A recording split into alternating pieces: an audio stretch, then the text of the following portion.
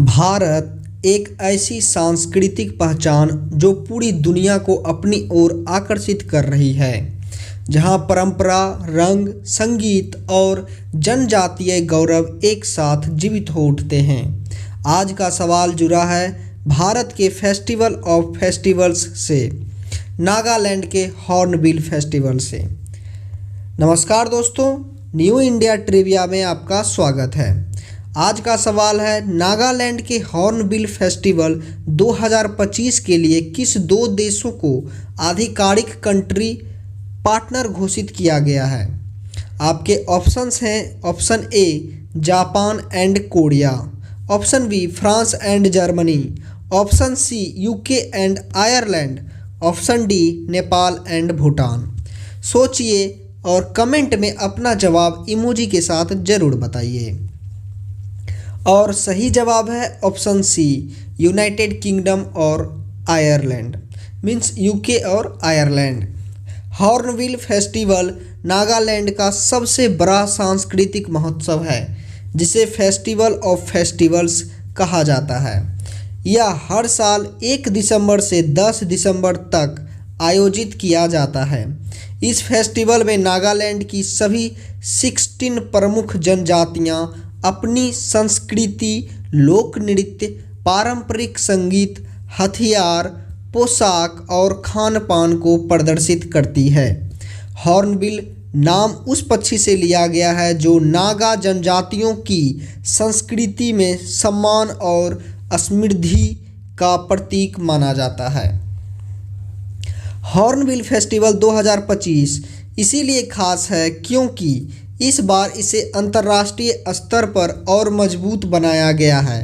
नागालैंड सरकार ने 2025 के लिए कुल 5 देशों को कंट्री पार्टनर के रूप में शामिल किया है: यूके, आयरलैंड, स्विट्जरलैंड, ऑस्ट्रिया और माल्टा।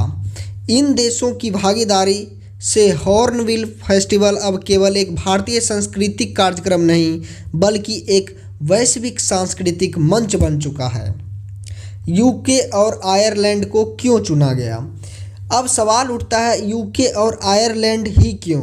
दरअसल यूके और आयरलैंड दोनों ही देशों में भारतीय संस्कृति और पर्यटन को लेकर गहरी रुचि है।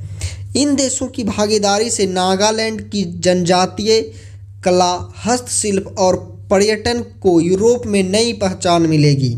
यह साझेदारी भारत की सॉफ्ट पावर डिप्लोमेसी का भी एक मजबूत उदाहरण है। हॉर्नबिल फेस्टिवल जैसे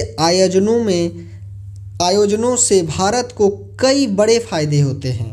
अंतर्राष्ट्रीय पर्यटन को बढ़ावा, स्थानीय युवाओं के लिए रोजगार, जनजातीय संस्कृति का संरक्षण और भारत की वैश्विक छवि को मजबूती मिलती है। यह फेस्टिवल वोकल फॉर लोकल और एक भारत श्रेष्ठ भारत की सोच को भी जमीन पर उतारता है। यह सवाल यूपीएससी, एसएससी, बैंकिंग, रेलवे और डिफेंस एग्जाम्स के लिए बेहद महत्वपूर्ण हैं। की पॉइंट्स आप एग्ज़ाम के लिए याद रख सकते हैं, जैसे कि हॉर्नबिल फेस्टिवल नागालैंड से संबंधित है। इसका ड्यूरेशन 1 से 10 दिसंबर के बीच होता है, ठीक है। उसके बाद 2025 official country partners UK and Ireland थे। फेस्टिवल ऑफ फेस्टिवल्स किसे कहा जाता है? तो आप इसका आंसर हॉर्नबिल फेस्टिवल बोल सकते हैं। तो अगली बार जब कोई पूछे कि हॉर्नबिल फेस्टिवल 2025 के ऑफिशियल कंट्री पार्टनर्स कौन हैं, तो जवाब होगा यूके और आयरलैंड। अगर आपको ऐसे ही करंट अफेयर्स प्लस कल्चरल से जुड़े सवाल पसंद हैं तो वीडियो को लाइक करें, चैनल को सब्सक्राइब करें और कमेंट में इंडिया का इमोजी डालना ना भूलें। तब तक के लिए धन्यवाद एंड जय हिंद।